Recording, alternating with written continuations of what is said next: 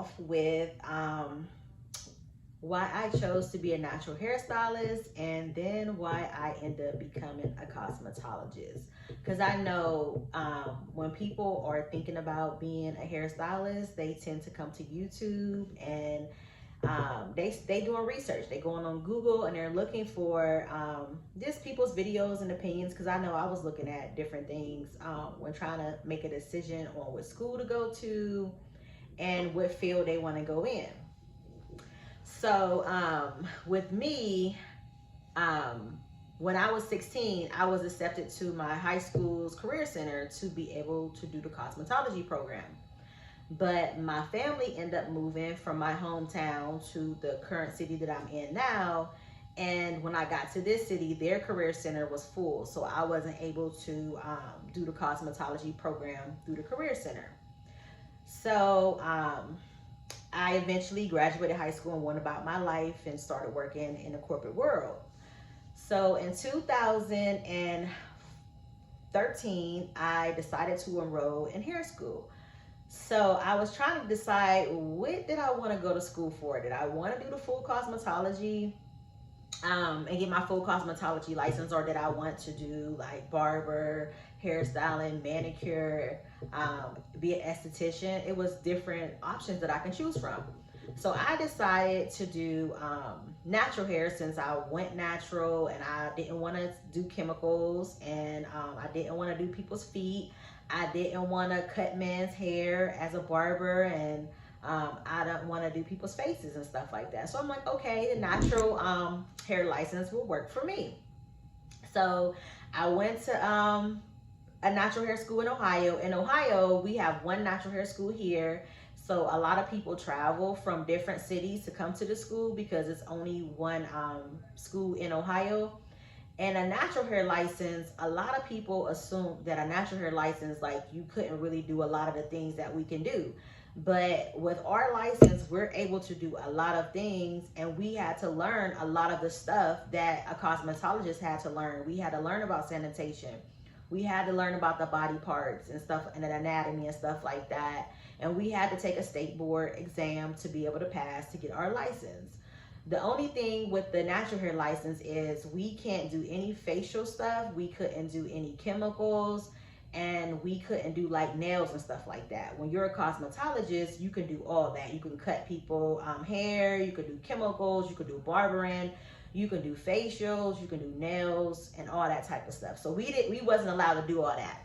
So I got my license in 2014, and then I started practicing as a natural hair license and a natural hair stylist. So when I first started out, it was hard getting clients or whatever. So basically everybody, like, you got to wear the styles you want and you attract those clients. So I was at the time wearing crochet braids, and I started attracting crochet clients.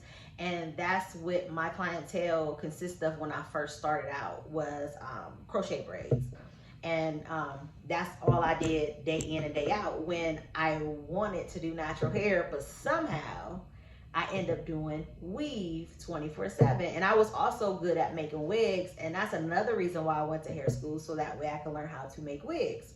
So as I was in the field and having my natural hair license, we have to get continuing education classes, and we have to learn stuff, so that way we can still we can renew our license. So what I noticed in the natural hair field and having this license, that when we go to the Brunner Brothers show, or we go to any of these hair shows that you can get your continuing education hours, that they really didn't have any classes for natural hair. So it was like really nothing for us to really learn. Like, if you wanted to do locks, it wasn't really classes to show you how to do locks and different techniques and what products to use. With natural hair, every class they had for us was how to straighten our natural hair. And I'm like, being natural, we don't want to straighten our hair. If we wanted to keep our hair straight, we would get a relaxer. We want to wear our natural curls. We want to wear natural hairstyles. So that kind of like was disappointing, that it wasn't really much education for us having the natural hair license. So In 2015, I came across Rare Essence Academy, and she had a natural hair program where you could do her class online, and she showed you how to do like flat twist updos, lock hairstyles, Marley twist, and different things like that, because it was hard to learn a lot of stuff where it was nobody out here teaching it. And she happened to have an online course, which definitely was beneficial to me, because when I took the course, I learned a lot about how to set up my business, how to conduct my business, how to do customer service, just how to run everything with the natural hair, being a natural hair stylist, because a lot of people, when you're in the shops and stuff, they run different.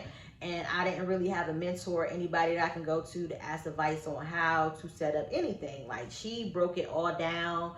I got a website and all that type of stuff. So just being a natural hair license, it was like, I felt like in this industry, we didn't get respect. So like in Ohio, you also can be a braider, and you can have a braid license, and a braider don't have to go to hair school. They just can take a class, a course, and get a certification. But the braiders are not able, they don't have a license to be able to shampoo. They would have to get a license to be able to shampoo. They can't color your hair. They can't do a lot of things, because all they can do is braid. And then with the natural hair license, when you say you are a natural hair stylist, nobody respect it. Everybody look at you funny, like, natural hair stylist, like, what, you just a braider? All you could do is braids? I'm like, I don't do braids.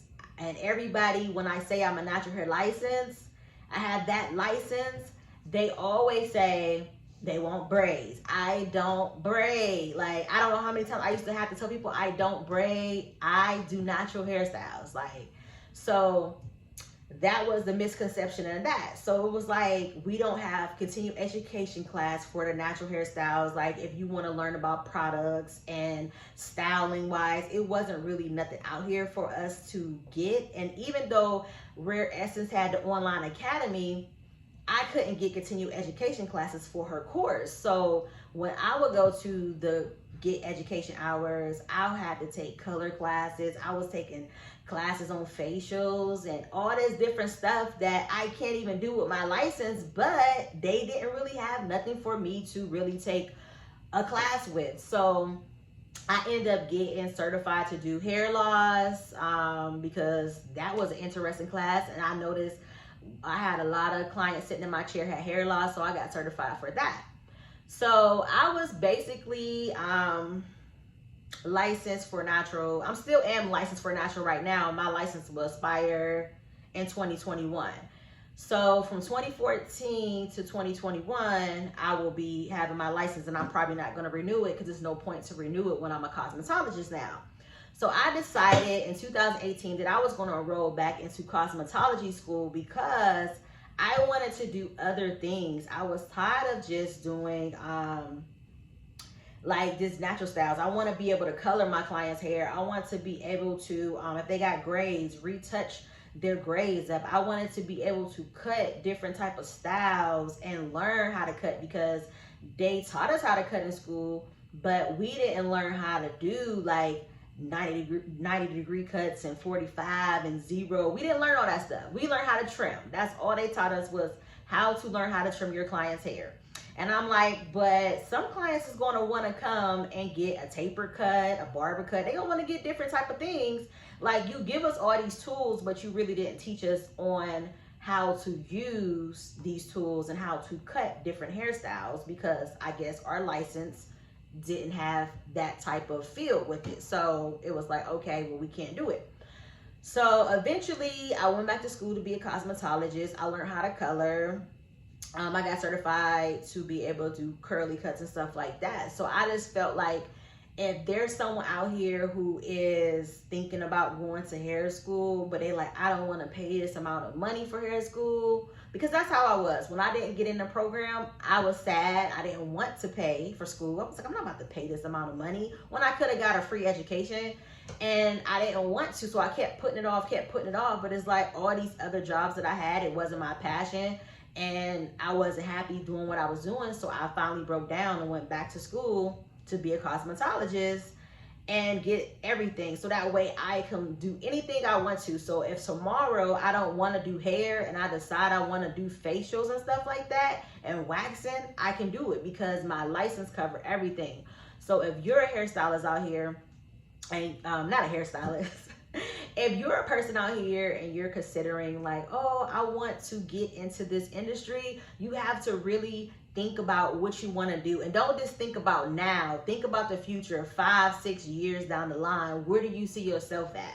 Do you see yourself always braiding? Do you just want to be a braider for the rest of your life? Because I know sometimes everybody braids when they're a kid, but you have to think outside the box. And at the time when I decided to do natural, I didn't think outside the box. I didn't think about like, oh, down the line, I might want to do some color. I might want to do this. So my advice to you would be, think past 5 years. Look 5 to 10 years, where do you see yourself in the future? Do you want to have a braid shop? So if you want to be a braid shop, a braid salon, then a braid license might be for you. If you want to specialize in natural hair and you don't want to do any chemicals, you just want to do locks or something like that, you don't want to do any type of cutting, you don't want to do nails, you don't care about none of that stuff, then a braid license will, not a braid license, but a natural hair license will be for you. But if you want to learn other things, like I'm certified to do lash extensions now, I can do facials and waxing, and I can do color, like you want to have the broad range of everything, I would advise you to do the cosmetology. And even if you're thinking about being a barber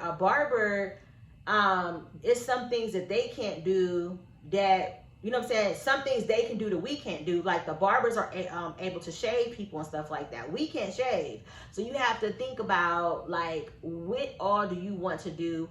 What type of clients you have or you want to target, and basically just make a business plan. You can figure out, okay, this type of license will be beneficial to my business in the future. And that's what I wish I would have sat down and did, because I could have just got my cosmetology license in 2014. But you know, everything happens for a reason, and I finally got it after all these years. So I'm very excited that I'm able to just service my clients in any way they may need. I have different services that I can offer, and I just wanted to, you know what I'm saying, bring some light to the natural hair stylist license and how you may be wanting to choose that, but at the same time, you may want to be a cosmetologist instead because it might be beneficial to you. So I just wanted to drop that here for my new series. I don't know what I want to call it, but it's going to be like this, some information for the up and coming stylists, because I know everybody needs a mentor, everybody needs someone to talk to, everybody needs some information, and sometimes you might not have no one you can talk to or you can get information from. So I just wanted to drop these videos and just put some of the knowledge that I learned in being a stylist for these past 6 years, and maybe some of this information can help you out.